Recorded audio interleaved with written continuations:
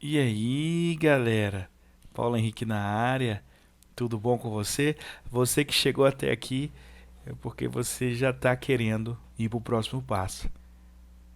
O próximo passo para você é a certificação CPA 20. E sou eu que vou direcionar você nessa estrada, nessa jornada, para que você consiga a sua, no mínimo, né, os 75%.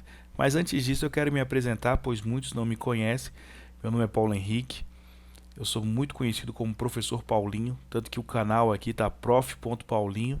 Se você não é inscrito, se inscreva, marque o sininho para receber todas as notificações, pois você vai receber esses conteúdos valiosíssimos todas as semanas. O que eu quero dizer para vocês é que em 2010 eu fui convidado para ministrar cursos de preparação para o CPA 10. E aí, com essa situação, eu fui me especializando, fui trabalhando, fui preparando os alunos. Os alunos também queriam ser preparados para corretores. E eu fui jogando todo o meu conhecimento na mesa e preparando esses alunos de forma que eles conseguiram o outro nível. Ou seja, chegar no próximo nível. E quando eu digo chegar no próximo nível, é que você tem um faturamento ali, você aumenta a sua renda, você tem um aumento na qualidade de vida, você tem um aumento no seu poder de decisão, você é promovido, que essa é a parte mais importante. E eu comecei com esse trabalho e ministrando esses cursos de forma tímida, né? Pois a área que eu trabalho, eu sou economista, mas eu trabalho muito com informática e matemática. Então, quando eu comecei esse trabalho, os alunos foram muito pela pegada da didática, pelo formato que eu trabalho, e eu gostei muito, me apaixonei pela área, e agora eu estou chegando no CPA 20. Eu demorei um pouquinho, né? Mas eu estou aqui e eu vou preparar você, vou levar você para o próximo nível, o nível que você vai ter mais confiança, que você vai passar para o seu cliente, passar para o cooperado, toda a certeza de que aquele investimento, de que aquele produto que você está apresentando para ele vai ser o diferencial na vida dele. O que eu quero deixar claro para vocês é que eu ministro cursos, ministro palestras, presto consultorias, presto mentorias e nos últimos 20 anos eu tenho percebido muito essa questão da qualificação. Muitos perdem postos por estar parados, por estar ali esperando que a promoção caia do céu e ela não vai cair. Lembre-se sempre da proatividade. A proatividade é algo fantástico que te eleva ao próximo nível. Então, nós vamos juntos. Eu quero te pedir que você já lembre de fazer esses vídeos na sequência, né? Fazer esse curso na sequência, justamente para que você pegue o encadeamento que eu criei neste método. Eu vou passando teoria, depois vai vir exercício, e sempre teoria e depois exercício, de forma que você vai chegar na prova com muita confiança, com muita clareza, com muita certeza do que você tem que marcar, tá certo? E também, passar da prova, vai ficar muito conteúdo na memória para que você utilize no seu dia a dia, no banco, na tomada de decisão, na apresentação de um produto para o seu cliente, para o cooperado, para aquele que vai sentar à sua frente. Então vamos juntos. Primeiro passo que eu quero apresentar para vocês, esse banner aqui, vamos ver como é que está ficando aqui. Pronto, então coloquei aqui curso CPA 20, professor Paulo Henrique. Esse aqui é o símbolo, a logo da Clínica de Matemática, coloquei também a logo da Ambima. E nós vamos falar um pouco aí sobre introdução à economia. Então você lembra que todo momento você vai ter aqui um agente superavitário conhecido aí como investidor. Esse agente superavitário é ele que detém o valor, a moeda, é ele que tem o dinheiro. Só que ele não sabe como utilizar esse dinheiro.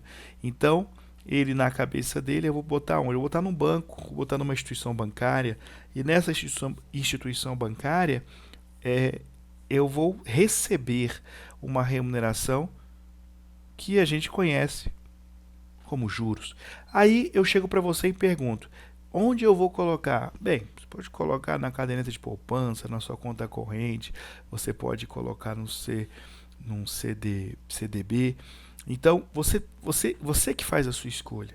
Claro, tem outras ferramentas, mas aqui nesse primeiro momento eu quero apenas introduzir a lógica com você, a título, se você já domina esse assunto, a título de revisão, mas para você que não conhece, a título de conhecimento e de formar um fundamento para nós trabalharmos essa questão do encadeamento. Então, esse agente superavitário, ele coloca o seu recurso numa instituição bancária. E essa instituição bancária, ela pega esse dinheiro e leva e apresenta até um agente deficitário que é conhecido ali como um tomador de crédito. Na maioria das vezes, esse agente deficitário, ele está precisando de dinheiro, ele está precisando fazer um empréstimo, ele está precisando comprar um carro, ele está precisando comprar uma casa, e ele não tem esse recurso todo para dispor desse dinheiro à vista. Então ele vai até uma instituição e pede esse empréstimo. Então essa é a relação, pois o agente superavitário, ele não tem como sair falando: oi, oi, eu tô com uma grana aqui, galera, quem precisa desse dinheiro emprestado? Não, tem toda uma burocracia ali que não vale a pena ele passar por isso. Então, por esse motivo, a instituição bancária é que faz esse papel, essa intermediação. Bem, quando o agente superavitário coloca o dinheiro no banco, na instituição, essa instituição promete para ele remunerar 1%.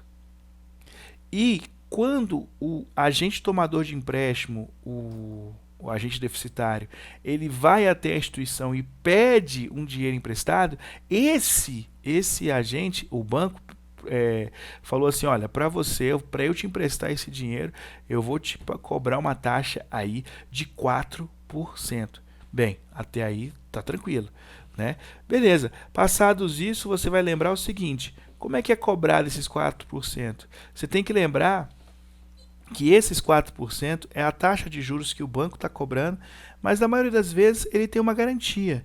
Tá, que garantia é essa? Ah, a garantia pode ser uma casa, ou a garantia pode ser um carro, tá certo? Então, quando você tem uma garantia, e vamos já trabalhando esse nome, quando você tem uma garantia, quando você tem um lastro, né? Na economia a gente trabalha muito com essa palavra lastro, você vai cobrar uma taxa de juros um pouco menor, porque você tem ali um lastro, você tem algo que a pessoa vai pensar duas vezes antes de falar assim: bem, esse aqui eu não vou pagar. Né? Então, esse lastro, essa garantia, tendo essa situação, podemos cobrar uma taxa entre 2% e 4%. Agora, se você não tiver essa garantia, os juros pode subir, pode ser superior a 4, 5, 6. Por quê? Porque você não tem essa garantia, você não tem esse lastro que garante aquela operação. Então, o intuito aqui é deixar claro para você que essa taxa que o banco cobra, ela vai ser de acordo com o lastro, de acordo com a garantia que você vai disponibilizar ali naquele momento. Bem, quando se trata de 4%, que eu falei para vocês, eu vou usar esse 4% como exemplo, ele é conhecido como uma taxa de aplicação. E esse 1% ele é conhecido como taxa de captação, ou seja, o banco, a instituição bancária, captou esse recurso e prometeu remunerar 1%. Bem, a instituição bancária foi até o mercado e ofereceu esse recurso e falou: olha, para eu dispor desse recurso para você, eu vou cobrar 4%. Bem, você já bateu o olho, já fez o cálculo bem simples e identificou ali que 4% menos 1% dá 3%. Muita gente tem em mente que esse 3% é o quê? Esse 3% é o lucro. Nananina não. Esse 3% ele é conhecido na instituição bancária como spread. Tá, no spread, uma parcela do spread é sim o lucro. Mas o que tem que ficar claro para você, ou para quem não conhece de spread, é que o spread é todo o ganho que o banco está tendo. Mas dentro desse banco, apenas uma parcela, dentro deste ganho, desculpa, apenas uma parcela é o lucro. Você vai utilizar esse 3% para pagar impostos, você vai utilizar esse 3% para pagar os custos administrativos, você vai utilizar desse 3% para pagar, para fazer os depósitos compulsórios, que eu vou falar para vocês mais para frente. E temos um pequeno problema aí também. Muitas vezes, como eu expliquei para você na lâmina anterior, não tem garantia. Então a pessoa também não paga. Então você tem ali uma inadimplência, você tem um calote, né? Você tem ali dá um perdido, esse aqui não vou pagar não. Então tudo isso faz parte do spread, tudo isso compõe a taxa. Então não pense você que a taxa é só o lucro do banco, tá certo? Tem que ficar muito claro isso para vocês. Mas o que eu fiz aqui com vocês? Eu fiz uma revisão para que você entendesse o mercado como um todo, pois o nosso intuito aqui é introduzir a lógica para vocês em relação ao governo, em relação a títulos públicos, em relação a títulos privados, em relação a Copom, em relação a como o governo trabalha, tá certo? Então, esse governo que eu coloquei esse desenho para vocês aqui, ele tem que captar recursos. É como se fosse o banco, mas ele precisa captar recursos. E como é que o governo capta recursos? O governo capta recursos por meio de impostos. Esse é uma parte eu acho muito interessante, porque eu sempre lembro da Branca de Neve, essa versão nova que teve agora, que a pessoa falava assim, a rainha má, né? Eu preciso de dinheiro pro meu casamento. E aí o cara lá, o servo, falava assim, mas a gente não tem, os impostos estão muito altos, então aumenta os impostos, né? Então você tem como o governo sempre, a captura de recurso do governo é sempre por meio de impostos. Por isso que você sempre visualiza ali, nós trabalhamos o quê? Nos 12 meses que a gente trabalha no ano, 5 já foi feito o cálculo, 5 é só para pagar imposto. Então, o governo ele tem essa fatia, tá certo? Só que muitas vezes ele tem que pegar esse recurso que ele está captando e fazer a distribuição, ou seja, fazer o investimento desses recursos. E esse investimento ele é feito aonde? Bem, ele é feito na saúde, ele é feito na segurança, ele é feito na infraestrutura. Mas na maioria das vezes tem um problema, tem um desvio, né? Esse desvio, se a gente pode falar aí que foi uma má gestão, né? Vamos dizer assim, ou pode ser roubalheira mesmo, né? Que as pessoas falam aí. Então, mas a gente costuma ali, se eu falar mais um nome mais elegante, então vamos falar de má gestão. Então ele programou aquele dinheiro que os impostos iriam pagar aquele dinheiro e não pagou porque teve algum desvio aí no meio do caminho. Bem, quando acontece de ter essa situação, na maioria das vezes nós temos um déficit.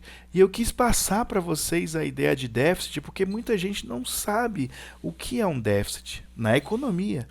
Então, o déficit na economia é quando você arrecada menos do que você gasta. Ou seja, se eu chegar aqui para você e falar que eu arrecadei R$100 e os meus gastos foram de 200, eu estou devendo 100. É só você pensar, o seu salário foi 100, mas você gastou 200, então você já está devendo 100. Esse dever é traduzido para você o quê? O nome de déficit, tá certo? Mas no mundo perfeito, na economia a gente fala muito ceteris paribus, né? Então você tem aqui também o que? Você tem a opção do superávit.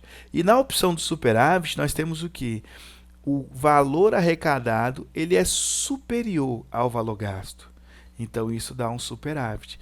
Então vamos lá, só voltando aqui. O que é um déficit? É quando você arrecada menos do que você gasta. E o que é um superávit? O superávit é quando você arrecada mais do que você gasta. Perceba que a fórmula é a mesma.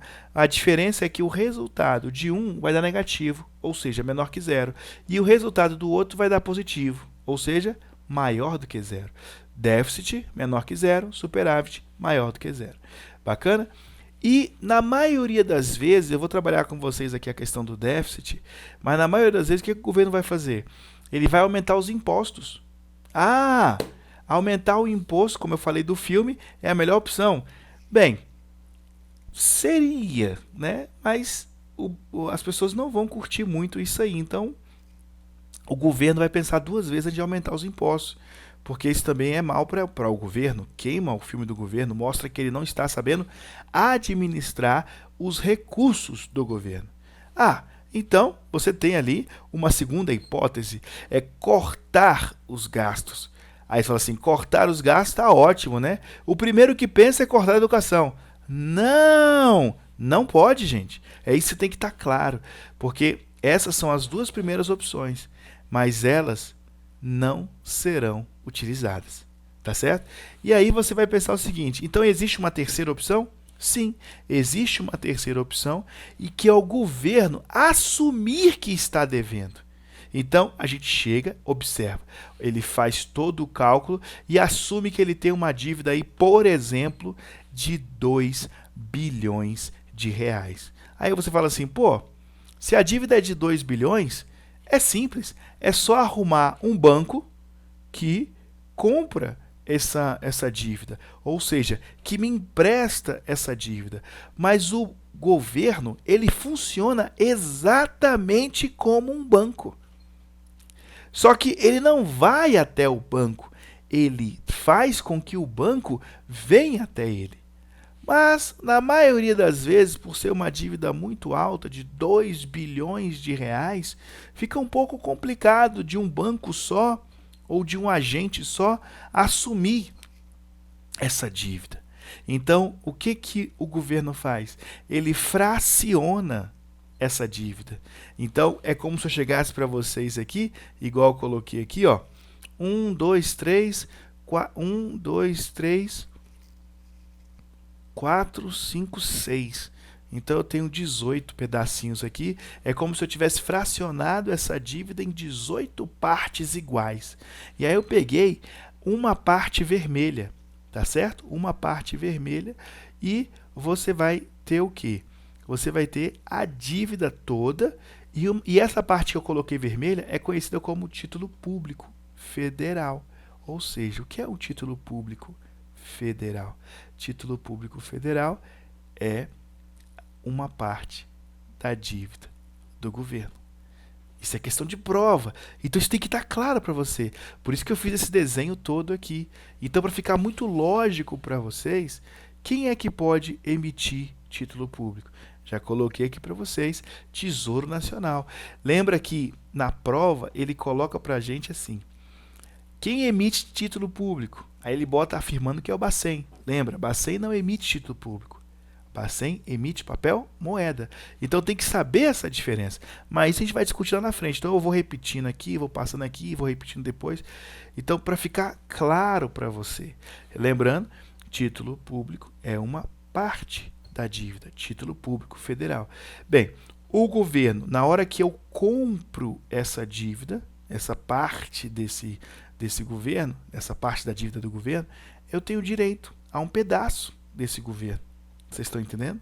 Então, nesse momento que eu compro, o governo está me devendo. Então, veja se faz sentido para você. É como se fosse um papelzinho que eu vou lá no balcão e falo, eu quero comprar uma parte da dívida. Bem, então eu dou o dinheiro, né? E o governo me devolve um papel. Nesse momento, o governo está me devendo. E eu tenho esse crédito a receber do governo. Entenderam? Então isso tem que estar claro para vocês. Agora, nós temos, eu dei o exemplo aqui para vocês da pessoa física. Então a pessoa física, ela pode comprar o título público, certo? Por meio da internet. Ela lembra que ela compra por meio da internet. E bancos e fundos de investimento, o que tem a ver? Bem, o banco, gente, ele compra títulos públicos para que ele não fique com dinheiro sobrando. Porque ele está sempre investindo. Lembra, banco não é instituição de caridade, tá certo? O banco é uma instituição bancária, ele vive desse dinheiro, ele vive dos juros. O que que é os juros? É o aluguel do dinheiro, é o aluguel daquela operação. E fundo de investimentos? Ah, fundo de investimento ele compra para fazer investimentos, tá certo? Mas nós vamos falar agora do banco em si. Quando o banco ele compra esse título público, ele compra para não ficar com dinheiro sobrando, para não ficar com dinheiro parado. Então eu botei um exemplo aqui para vocês. O banco tem R$ 100. Aí o banco pega e empresta R$ 50. Sobrou quanto? Sobrou R$ 50 para o banco. Ele pega esses R$ 50 e pum, compra título. Isso ficou claro para vocês? Ele acabou de comprar um título público federal. Agora, vem a parte interessante daí. Por que que o banco sai lá do lugarzinho dele, do conforto da onde ele está, e vai até o governo, vai até o Tesouro, para comprar esse título público? Porque ele vai receber o que eu acabei de falar para vocês. Ele vai receber uns juros, ele vai receber uma remuneração por comprar aquilo, por ficar com aquele dinheiro. Ele vai receber um aluguel daquele dinheiro que ele comprou. Vocês entenderam? Então, só que esse juros, essa taxa de juros, esse aluguel tem nome e o governo dá o nome dessa taxa de taxa de juros Selic Meta. Então, o que eu quero dizer para vocês é o seguinte, vamos supor que esse exemplo seja de 10%, a taxa de juros Selic Meta. Lembra que esse nome é uma meta, ele vai buscar seguir, alcançar essa meta. Bacana? Então, o que que você vai fazer? Você vai chegar e vai receber esse 10% por esse título que você comprou. O valor que você comprou, você vai receber 10%. É simples assim. Bem, muitas vezes, lembrando vocês até mais uma vez, né, que o fundo de investimento, ele compra esse título público para fazer investimento. Only this. Bacana? Tá. Mas voltando à questão dos bancos. O que que o banco faz com esses títulos que ele comprou? Ele comprou esse título público federal. E o que é que ele faz com esses títulos? Bem, gente, é uma coisa bem simples. Ele vai pegar esses títulos e vai esperar uma oportunidade para utilizar. Bem, vamos supor, por exemplo, que o Banco do Brasil está precisando de um dinheiro. Então, o Banco do Brasil precisando de dinheiro, o que ele faz? Bem, estou precisando de dinheiro, eu vou vender meu título público.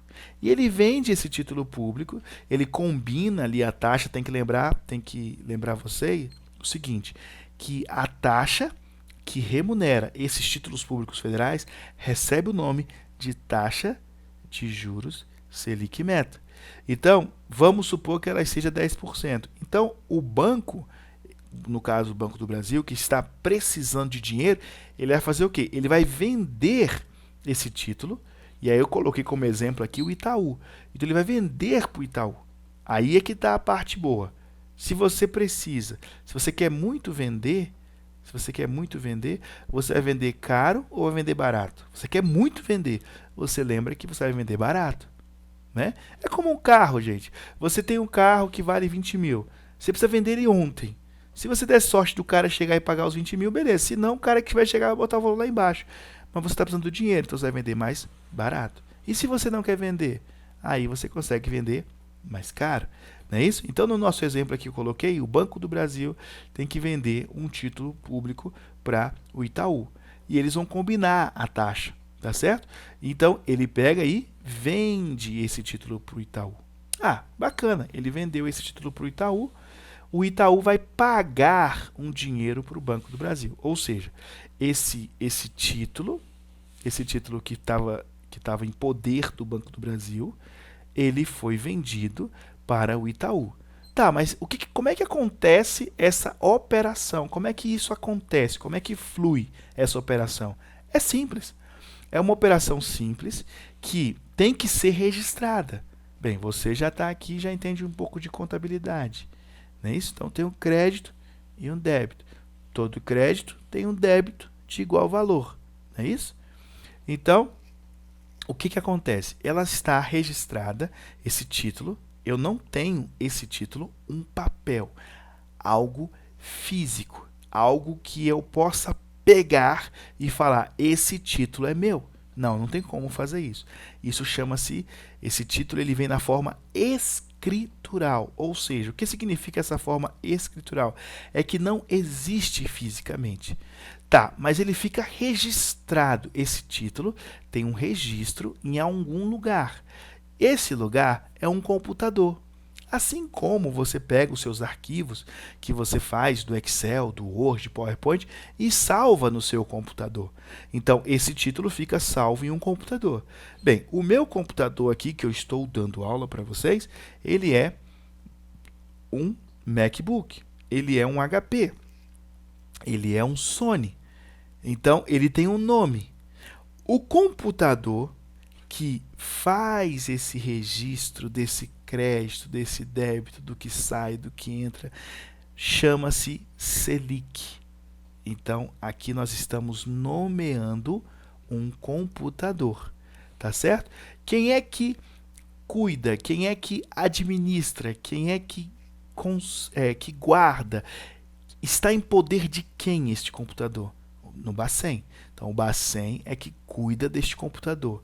E neste computador, ele vai ter várias gavetinhas, é só para você desenhar na sua cabeça, várias gavetinhas lá, e uma dessas gavetinhas vai ter o título que o Banco do Brasil vai vender para o Itaú. Agora, o que significa o Selic, que é o nome deste computador? O nome significa Sistema Especial de Liquidação e Custódia. Veja, não confunda com taxa de juros Selic Meta. A taxa de juros Selic Meta, que é definida pelo governo, que é definida pelo Copom, então isso tem que estar claro para vocês, depois eu vou falar do Copom para vocês, é o Comitê de Política Monetária do Banco Central, eu vou chegar lá, tá bom? E você vai ter esse Copom que vai definir a taxa de juros Selic Meta. Esta taxa de juros Selic Meta, que vai ser definida pelo Copom, vai ter o Selic, que é o computador, que tem o nome de Sistema Especial de Liquidação e Custódia, que vai verificar se a operação está sendo feita de acordo com a taxa de juros Selic Meta que foi estabelecida pelo Copom. Eu quero saber se ficou muito claro. Escreva aqui embaixo no comentário se está clara essa explicação entre taxa de juros Selic Meta e Selic, Sistema Especial de Liquidação e Custódia. Bem, quando se fala Selic, Sistema Especial de Liquidação e Custódia, o sistema lembra computador. O especial lembra que ele é único, lembra que ele é exclusivo, vamos dizer assim. De liquidação e custódia, é só você lembrar. Custódia guarda, ele armazena, ele contém. E a liquidação é que ele vai trazer para você, ele vai verificar, ele vai bater o martelo ali para você. Bacana? Então, o que você vai ter ali? Você vai ter o título do Banco do Brasil, que vai ser vendido para o Itaú. Então, ele vai ser registrado no Selic. Quando ele é registrado no Selic, o Itaú vai e paga um dinheiro pro Banco do Brasil.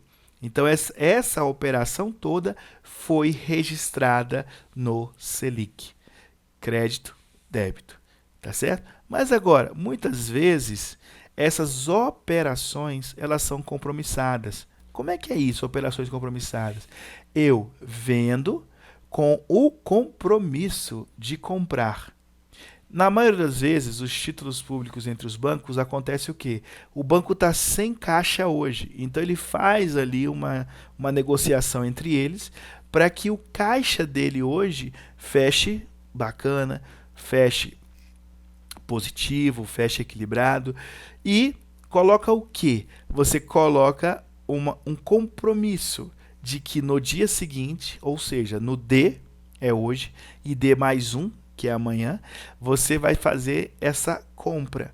Ou seja, o que aconteceu aqui no exemplo que eu coloquei? O azul significa que o Banco do Brasil vendeu para o Itaú. Tá bom. E o Itaú pagou o Banco do Brasil. Pô, maravilha.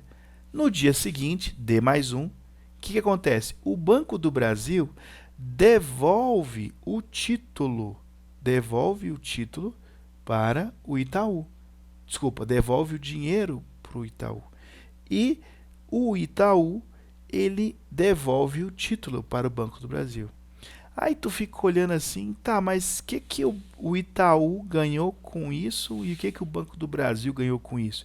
Bem, o Itaú, ele ganhou a taxa de juros Selic meta.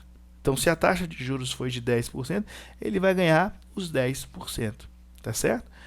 E o Banco do Brasil ficou na parte que ele não negativou o caixa dele, ele não comprometeu o caixa dele ficou sempre regularizado. Então isso tem que estar muito claro para vocês, essas diferenças aqui entre taxa Selic, taxa de juros Selic meta e o Selic. Galera, nessa parte eu coloquei aqui não tinha muito como fazer esse desenho, né?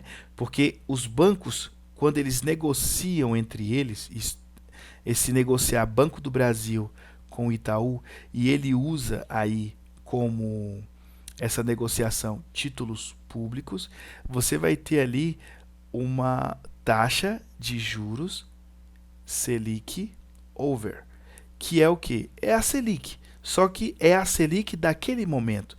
O que tem que estar claro para vocês é quando eu falo em meta, é que é a meta que tem que ser alcançada. Mas eles vão negociar entre eles. Vamos supor que é 10%. Bem, ele vai botar 10%, então ele vai vender, por exemplo, por 9, 9,5, 9,8. Então, ele vai estar buscando a meta que foi estabelecida, que foi de 10%.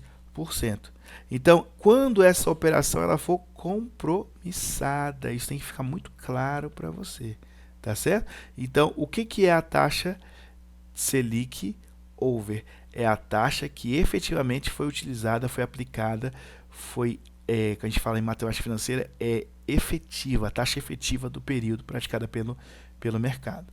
Agora, o que eu quero trazer para vocês é que quando essa operação aqui, vou voltar aqui, essa operação aqui for de títulos públicos como garantia, você vai ter aí a taxa Selic over.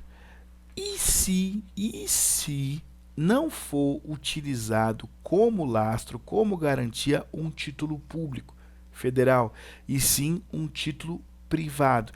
Aí você tem que pensar o seguinte: qual é a diferença de um título público para um título privado? Bem, o título público é do governo não quebra, o governo paga a dívida dele, tá certo? O título privado, você pode ter uma quebra de caixa naquele momento ali. Então, com isso, esse título privado, ele tem o quê? Ele tem um valor menor, ou seja, é como se eu chegasse para você e falasse assim, eu vou garantir na compra da casa, então a taxa de juros é menor.